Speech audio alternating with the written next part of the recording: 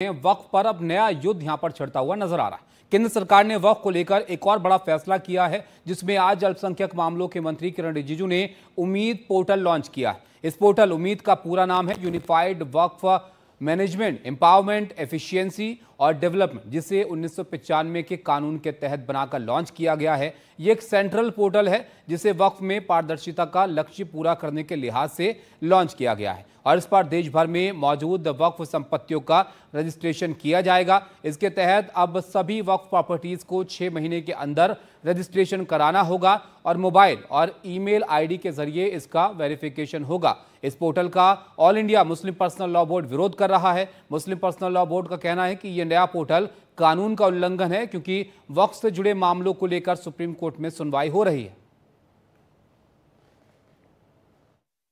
आज वक्फ amendment act का पहला सबसे बड़ा इम्प्लीमेंटेशन का प्रोसेस आज शुरू हो गया है। ये उम्मीद पोर्टल, जैसे आपको वीडियो में भी बताया, हमारे सचिव महोदय ने भी आपको संक्षेप में बताया, ये डिजिटल तरीके से सारे वक्फ प्रॉपर्टीज़ का मैनेजमेंट किस तरीके से करना है, जिसके चलते कोई दुरुपयोग ना कर सके, कोई उसको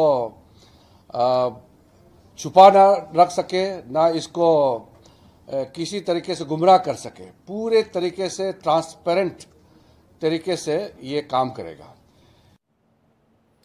तो आपने सुना किरण रिजिजू को यहाँ पर कि ट्रांसपेरेंसी आए और पारदर्शी तरीके से यहाँ पर काम हो, इसलिए इस दिशा में ये पोर्टल महत्वपूर्ण यहाँ पर है। हरिशंकर जैन हमारे साथ जुड़े हैं, वकील हैं सुप्रीम कोर्ट के। चौधरी महबूब अली कैसर हैं, पूर्व सदस्य हैं सेंट्रल वक्फ काउंसिल के। महबूब साहब, पहले आपके पास ही आता हूँ। एतराज़ काफ़ी हैं, अब इसको लेकर भी एतराज़ है यहाँ पर पर्सनल लॉ बोर्ड के। बताइए इसमें क्या आपको परेशानी नजर आती है? देखिए, सबसे बड़ी परेशानी यह है कि जब मैटर सब जुडिस है, कोर्ट अभी डिसाइड करेगा उसको, तो उसको उसमें पोर्टल दे करके फिर उसको शुरू करने की कोई जरूरत नहीं है इसमें। Let us wait for the judgement of the supreme court. Supreme court ने जब संजीव खन्ना जी थे तो बड़ी अच्छी हियरिंग, बड़ा पॉइंटेड क्वेश्चंस उन्होंने पूछा था सॉलिसिटर जनरल से, तो उसका सारा जवाब आ जाए, उसका एक जजमेंट आ जाए, उसके बाद let us wait for that. ये पोर्टल एक नया एक चीज को शुरू करके, जब सुप्रीम कोर्ट में मैटर सब जुडिस है और सारे स्टेट्स में पिटिशंस का तो अंबार लगा हुआ है, 65 पिटिशन तो सुप्रीम कोर्ट ही में था, उसके बाद पिटिशंस लेना बंद कर दी, तो सारे लोग उसके अमेंडमेंट बिल के खिलाफ हैं। जो स्टेक होल्डर्स हैं, ये सब लोग जानते हैं।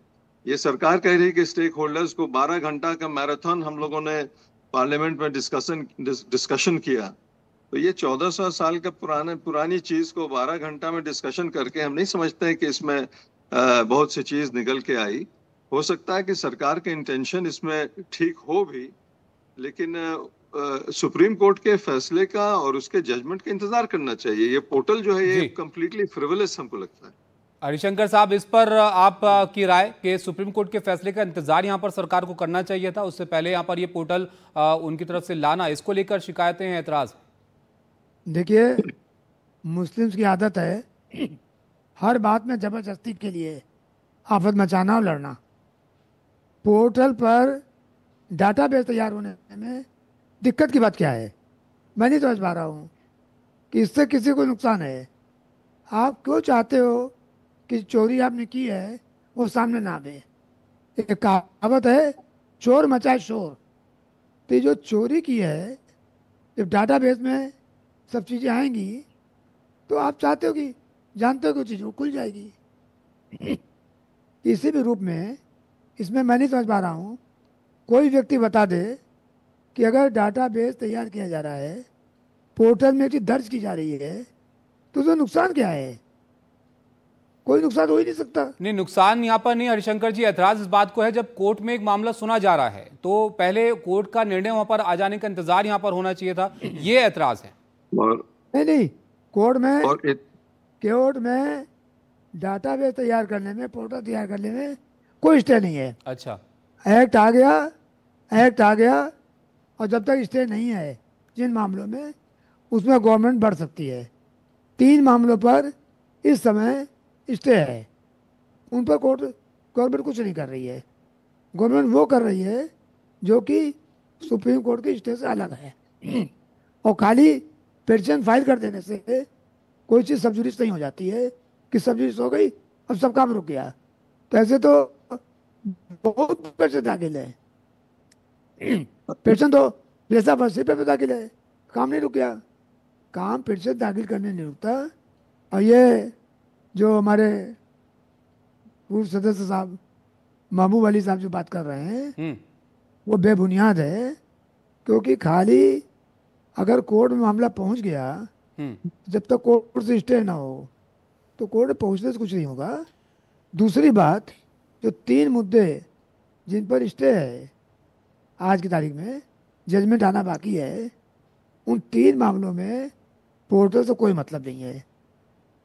तो पूर्ण रूप से वैधानिक काम हो रहा है और पूर्ण रूप से कानून सम्मत काम हो रहा है।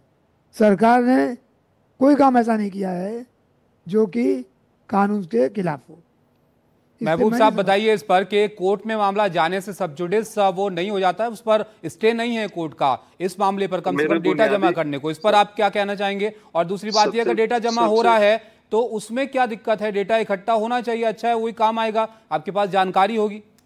नहीं, डेटा इकट्ठा हो सब, मेरा बुनियादी सवाल ये है कि क्या सिर्फ वक्फ बोर्ड ही में करप्शन है और वहां पर चोरी चमारी है? हिंदू टेम्पल एक्ट में नहीं है, गुरुद्वारा प्रबंधक कमेटी में नहीं है, जैन टेम्पल हो, क्रिश्चियंस के होंगे, बोर्ड्स होंगे, कहीं कोई करप्शन नहीं है? सिर्फ क्या वक्फ बोर्ड ही में करप्शन है? और सिंगल आउट करना वक्फ बोर्ड को, ये तो it doesn't make any sense कि आप सबके साथ कीजिए ना, सबको कीजिए। हमसे वक्फ बोर्ड से ज्यादा हिंदू टेम्पल्स में बहुत, उससे सैकड़ों गुना ज्यादा पैसे हैं, वहां भी करप्शन है। अभी गुरुद्वारा कमेटी में उसमें मर्डर भी हुए हैं, करप्शन भी है सब जगह। तो why single out the Waqf properties? ये खाली मुसलमान प्रेम जो है ये कहाँ से एक बैग का जाग गया है, हमको ये समझ में नहीं आती। ये तो बुनियादी सवाल है, सबके लिए कीजिए ना, बराबर कीजिए सबके लिए, किसी को कोई ऑब्जेक्शन नहीं है। हरिशंकर जी, सिर्फ वक्फ बोर्ड पर ही क्यों फोकस है, बताइए। देखिए, महबूब अली साहब को शायद पूरी बात मालूम नहीं है। पूरे देश में एक भी मस्जिद की गई है, सैकड़ों एक्वायर की गई हैं और सरकार उसका एडमिनिस्ट्रेशन कर रही है। वो रिपोर्ट सारी ऑडिट होती हैं। आपको एक तरफा मालूम है, आपको दूसरे तरफ का कुछ एक पैसा आपने सोचा भी नहीं। अरे भाई, आप सारी स्टेट में देख लीजिए, हिंदू प्रॉपर्टी जितनी है, मंदिर हैं, एक्ट बने हुए हैं हर प्रोविंस में। तमिलनाडु चले जाइए, आंध्र चले जाइए, बिहार चले जाइए, आपका जम्मू कश्मीर चले जाइए, उड़ीसा चले जाइए, हर जगह हिंदू मंदिर एक्ट बना है। वो एक्ट के तहत बल्कि हम लोग अपोज कर रहे हैं कि सरकार हमारे मामलों में इंटरफेयर कर रही है। सरकार को अधिकार नहीं है कि हिंदू मंदिरों के बारे में बोले, पर उन सारे हिंदू मंदिर जो मेजर मंदिर हैं वो सरकार कंट्रोल में है। और एक भी मस्जिद, चाहे वह जितना बड़ा करप्शन हो, एक भी मदरसे, चाहे जितनी गलत गतिविधियां चल रही हों, कोई भी अंडर कंट्रोल गवर्नमेंट के नहीं है। ठीक है, हमारे साथ ना है तो कुछ किया ही नहीं। वक्फ बोर्ड क्या किया? वक्फ प्रॉपर्टीज का डाटाबेस तैयार होगा,